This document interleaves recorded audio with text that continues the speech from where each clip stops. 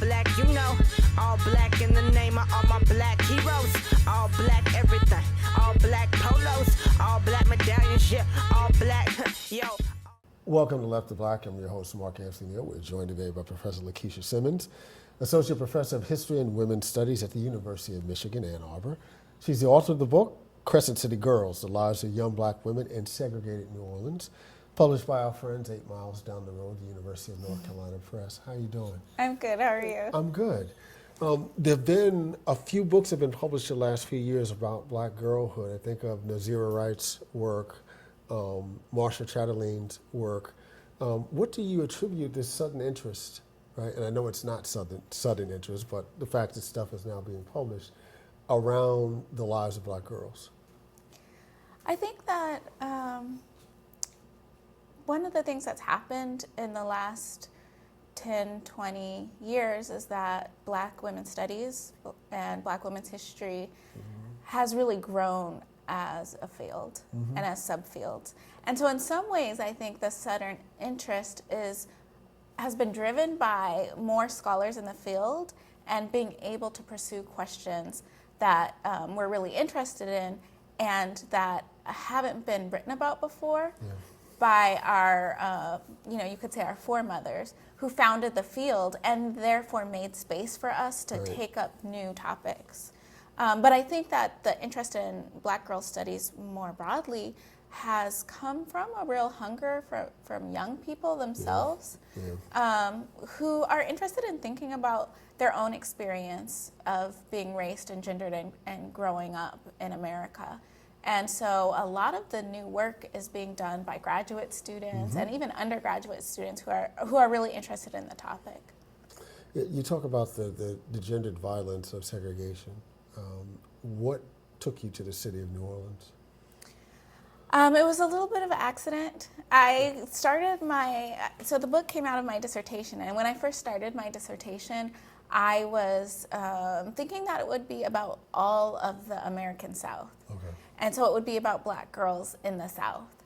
And I started my research in New Orleans because I had written about it before. I was familiar with the archives. And as soon as I got there, I couldn't leave. And part of it was because the source material was telling me the story is very localized. Yeah. And so people would tell me, I would interview people, and they would tell me, this is where I grew up. It was on this street, in this neighborhood. And my experience of being a black girl has to do with my neighborhood, with my block. Yeah. And so to explore that dynamic, I had to narrow down to New Orleans, just the city, instead of trying to tell a larger story. Have you found that outside of, an academic audience, that there was a real thirst to find out about black girlhood?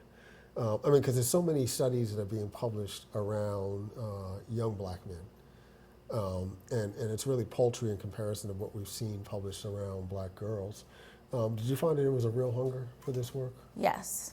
I think among older black women who were really interested. And I heard, I would go out and give talks, and then people would come to me and tell me, for example, I talk about in the book street harassment and black girls getting harassed by white boys walking down the street. And older women would come up to me and tell me, let me tell you what happened to me when I was a little girl. And so I think having those stories out in the public actually gave some value to that life experience, right? That somebody saw what happened and was willing to talk about it.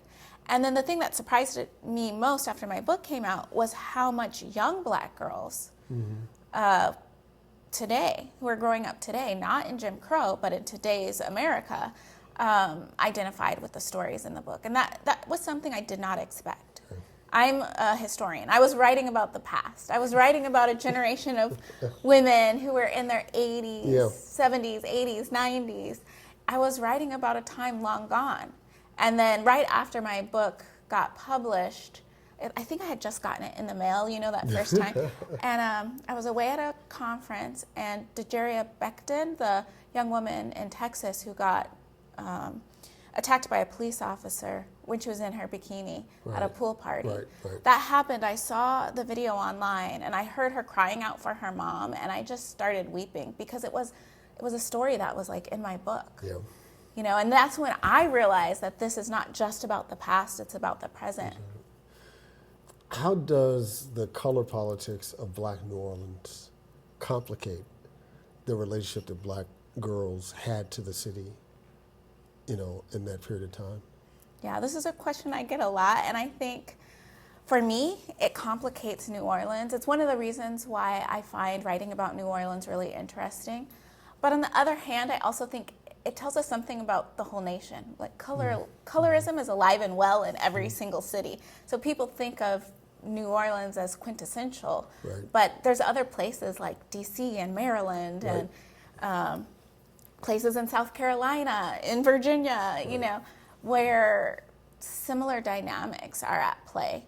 But in New Orleans, color and class, neighborhood, social status, those things are all interconnected. And so the ways in which Black girls navigated the city, of course, changed based on their color and their background.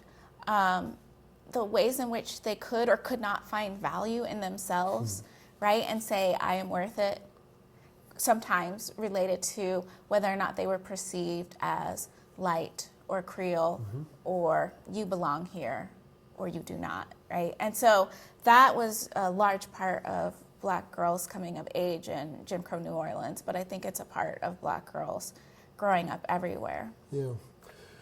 What do you follow up this book with? So right now I'm working on a book about Black motherhood, and it's about how in the early 20th century Black women encountered adverse reproductive health outcomes. And so I'm thinking through Black women's experiences, not just of pregnancy, but of miscarriage, of infant loss. And some of that hasn't changed. No, it hasn't, yeah.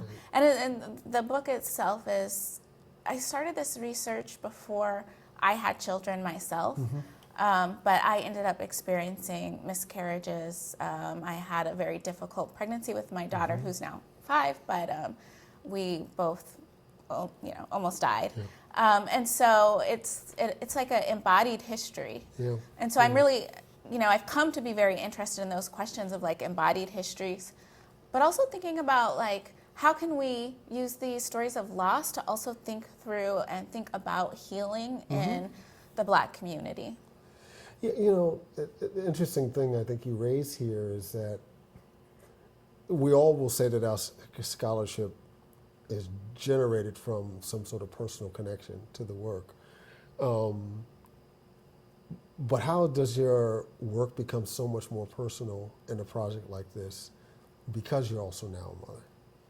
Yeah, in a lot of ways, it's also, I think, because I'm farther along in my career and I feel like it's more okay.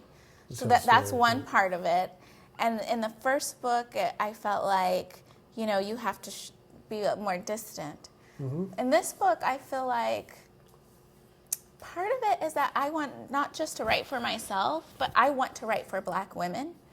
And I want to write for Black women who are mothers. I want to write for Black women who are not mothers in the sense that we might think of it, but are mothers, right? They mother other children, or they've been through these experiences themselves.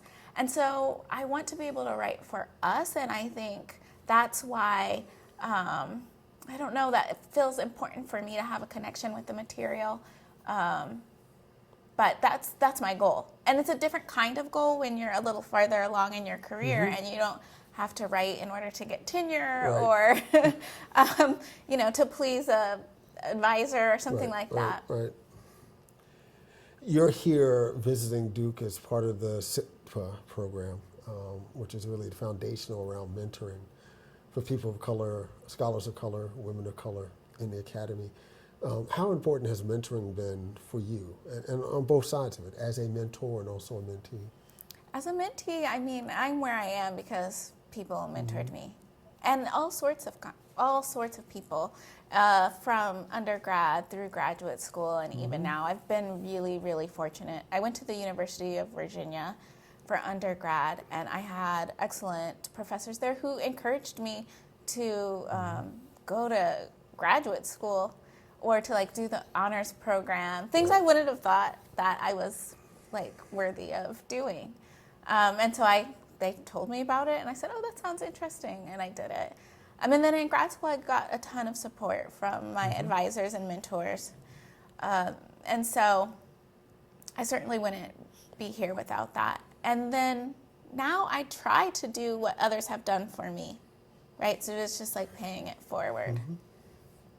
You've been watching Left to Black. I'm your host, Mark Anthony. We've been joined today by Professor LaKisha Simmons, who is Associate Professor of History and Women's Studies at the University of Michigan, Ann Arbor, and the author of the book, Crescent City Girls, The Lives of Young Black Women in Segregated New Orleans, published by the University of North Carolina Press.